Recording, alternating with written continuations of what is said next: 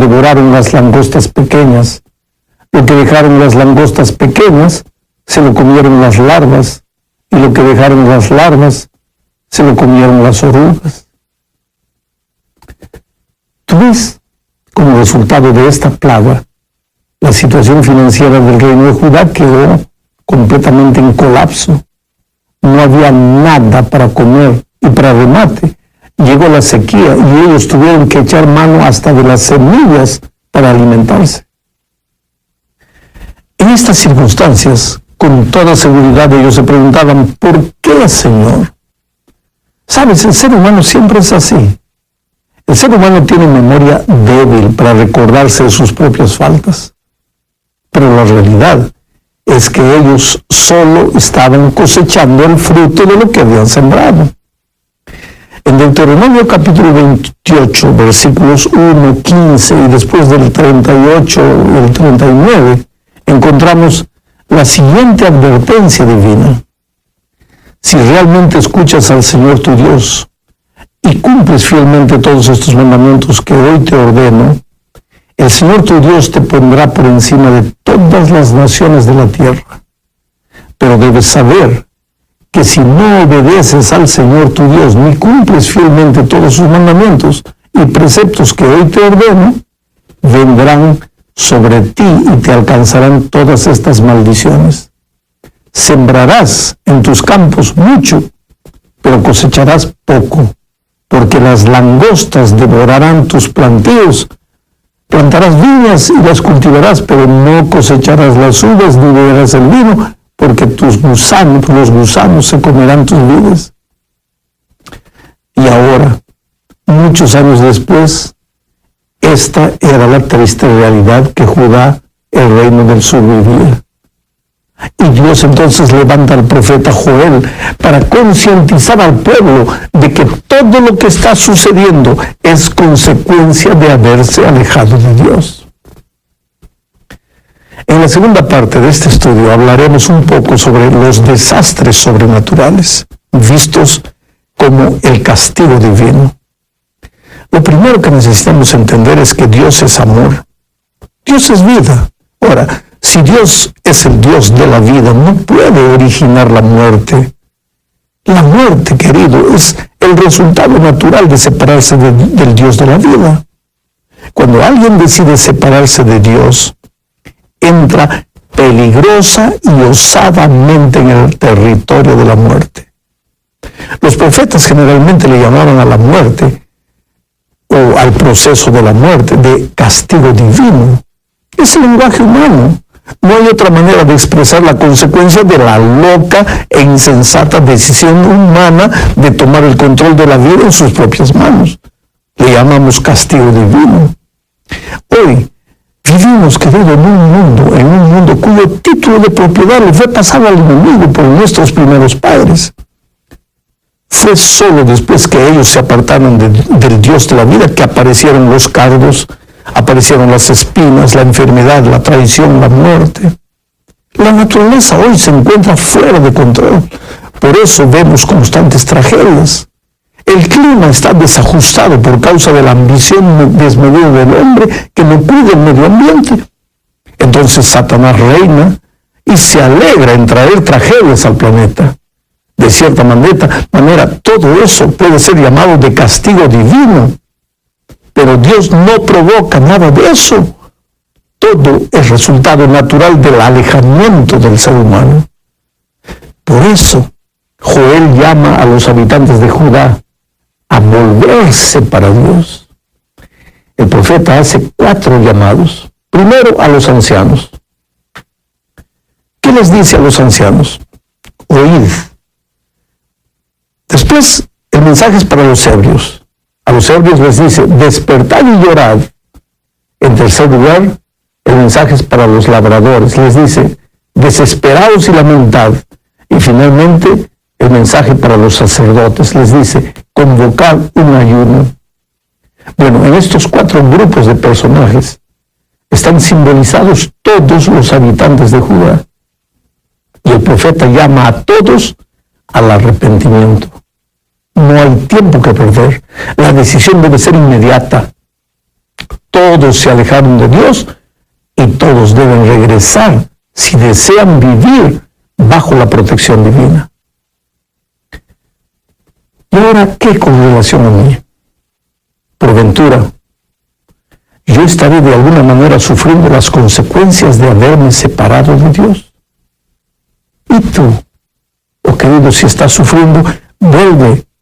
Pero vuelve inmediatamente porque los brazos de Jesús siempre están abiertos esperando tu regreso. En la tercera parte de este estudio veremos una de las promesas más hermosas de la Biblia. Joel capítulo 2, versículo 28, lo voy a leer. Dice así: después de esto derramaré mi espíritu sobre todo el género humano. Los hijos y las hijas de ustedes profetizarán. Tendrán sueños los ancianos y visiones los jóvenes. ¿Sabes? El apóstol Pedro en el sermón del Pentecostés relacionó esta profecía de Joel con lo que sucedió en los días de Pedro. Eso está en el 2 capítulo del libro de los Hechos. Ahora, lo interesante es que tanto Joel como Pedro relacionan la lluvia del Espíritu Santo con el día del Señor. Sabemos que el día del Señor para nosotros es la venida de Cristo. Pues lo que la profecía dice es que antes de la venida de Cristo el Señor derramará su Espíritu Santo. Ahora, en el tiempo de Pentecostés, la lluvia temprana del Espíritu fue en medio de señales extraordinarias, lenguas de fuego y el inmediato aprendizaje de nuevos idiomas. ¿Para qué? Para comenzar la obra de la predicación. Y tal vez por eso muchos hoy esperan algún acontecimiento sorprendente, especial, para recibir la lluvia tardía del Espíritu. Pero la verdad es que el Espíritu trabaja de manera silenciosa, casi imperceptible. Comienza convenciendo al Hijo de Dios de las cosas que no andan bien en su vida. Jesús dijo, y cuando Él viniere, convencerá al mundo de pecado, de justicia y de juicio. ¿Quién es el que convence al ser humano de su pecado? El Espíritu. ¿Cuándo la iglesia se volverá a Dios arrepentida? Cuando acepte el trabajo del Espíritu en su vida. Solo entonces la iglesia tendrá poder para salir al mundo y para terminar la misión de predicar el Evangelio. La cuarta parte de este estudio registra los versículos 31 y 32 del capítulo 2 de Joel. Déjame ver. Dice así: el sol se convertirá en tinieblas y la luna en sangre antes que llegue el día del Señor, día grande y terrible. Y todo el que invoque el nombre del Señor escapará con vida, porque en el monte Sión y en Jerusalén habrá escapatoria, como lo ha dicho el Señor. Y entre los sobrevivientes estarán los llamados del Señor. Hay varios pensamientos interesantes en estos dos versículos. El primero es que antes de la venida de Cristo habrá señales en los astros. El sol, la luna y las estrellas serán afectados de alguna manera. ¿Sabe? En los tiempos de Joel era lógico, porque las naciones paganas adoraban al sol, a la luna y a las estrellas. Pero ¿y en nuestros días? ¿Por qué? Es que simplemente porque la humanidad no ha cambiado. Continúa depositando su confianza en los astros. Los astrólogos, queridos, están clasificados en el grupo de personas que hacen mucho dinero sin esforzarse mucho. Políticos grandes, gente famosa del cinema, millonarios, gente culta, buscan descubrir su destino en los astros. Entonces, antes de la venida de Cristo, el mensaje divino es que todo esto es obra creada, que no soluciona nada. ¿De dónde viene la salvación? ¿De los astros? No. Joel responde: todo el que invoque el nombre del Señor escapará con vida, porque en el monte Sión y en Jerusalén habrá escapatoria, como lo ha dicho el Señor, y entre los sobrevivientes estarán los llamados del Señor. Este es el segundo pensamiento. Solo en Jesús hay salvación. Y el instrumento que Él usa para llamar a sus hijos de todos los rincones de la tierra es Sión. ¿Qué significa Sión? ¿A qué simboliza Sión? Para saber eso es necesario saber qué cosa era Sión en el Antiguo Testamento. Veamos. De acuerdo con el texto que acabo de leer, Sión es el lugar donde Dios quiere juntar a sus hijos que están esparcidos por todos los rincones del mundo. ¿Cuál es el lugar donde Dios dice hoy que si estuvieran 2 o 3 reunidos en su nombre, allí estará Él? ¿Cuál es ese lugar? La iglesia. Bueno, vamos a otro texto. Salmo 132, versículo 13 dice: el Señor ha escogido a Sión. Su deseo es hacer de este monte su morada. Bueno, yo pregunto, ¿cuál es el lugar de la morada de Dios en esta tierra? La iglesia. Pero vamos a un último versículo. Isaías capítulo 2, versículo 3 dice: muchos pueblos vendrán y dirán: vengan, subamos al monte del Señor, a la casa del Dios de Jacob, para que nos enseñe sus caminos y andemos por sus sendas. Porque de Sión saldrá la enseñanza, de Jerusalén la palabra del Señor. Y yo te pregunto, ¿dónde se enseña hoy la palabra de Dios? Efectivamente, en su iglesia. O sea, Dios está hoy llamando a todas las personas para su iglesia. Inclusive la palabra eclesía en griego, que da origen a la palabra latina iglesia, significa los que fueron llamados. La iglesia, la eclesía, está formada hoy por los que aceptan el llamado de Dios. Yo te pregunto, ¿tú ya aceptaste el llamado? Cuando el día del Señor llegue, ¿dónde estarás tú? ¿En la eclesía o fuera de ella? Llegamos ahora al fin de la lección. El capítulo 3 es un capítulo lleno de esperanza. Veamos lo que dicen los versículos 1 y 2. Capítulo 3 de Joel dice: en aquellos días, en el tiempo señalado, cuando restaure yo la suerte de Judá y de Jerusalén, reuniré a todas las naciones y las haré bajar al valle de Josafat. En aquel día, ¿qué día? Antes de la llegada del día del Señor.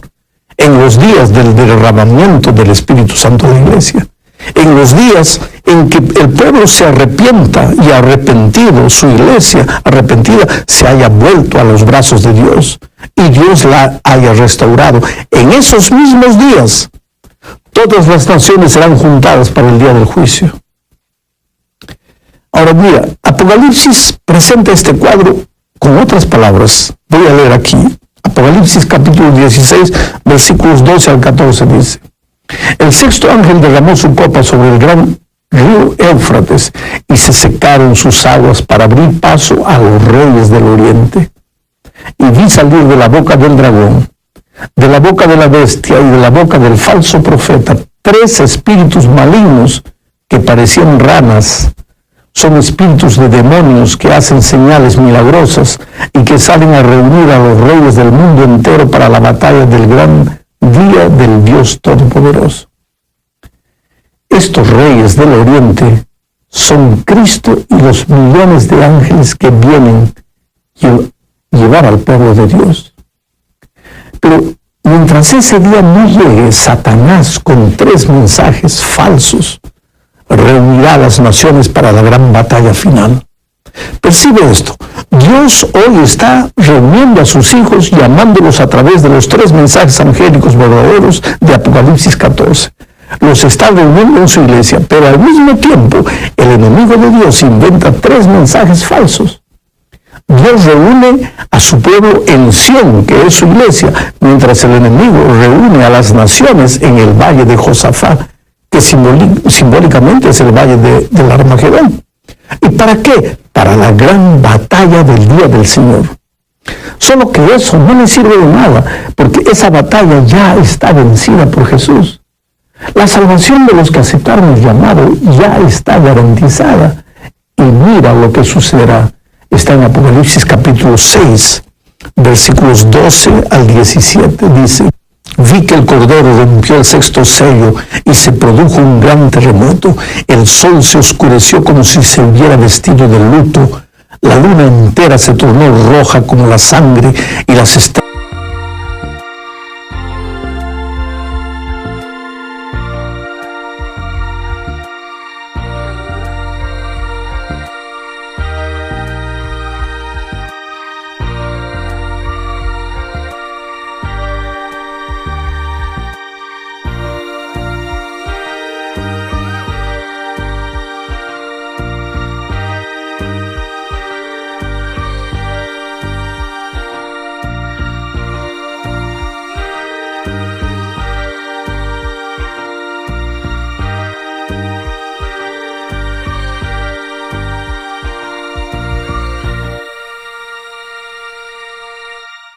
Del firmamento cayeron sobre la tierra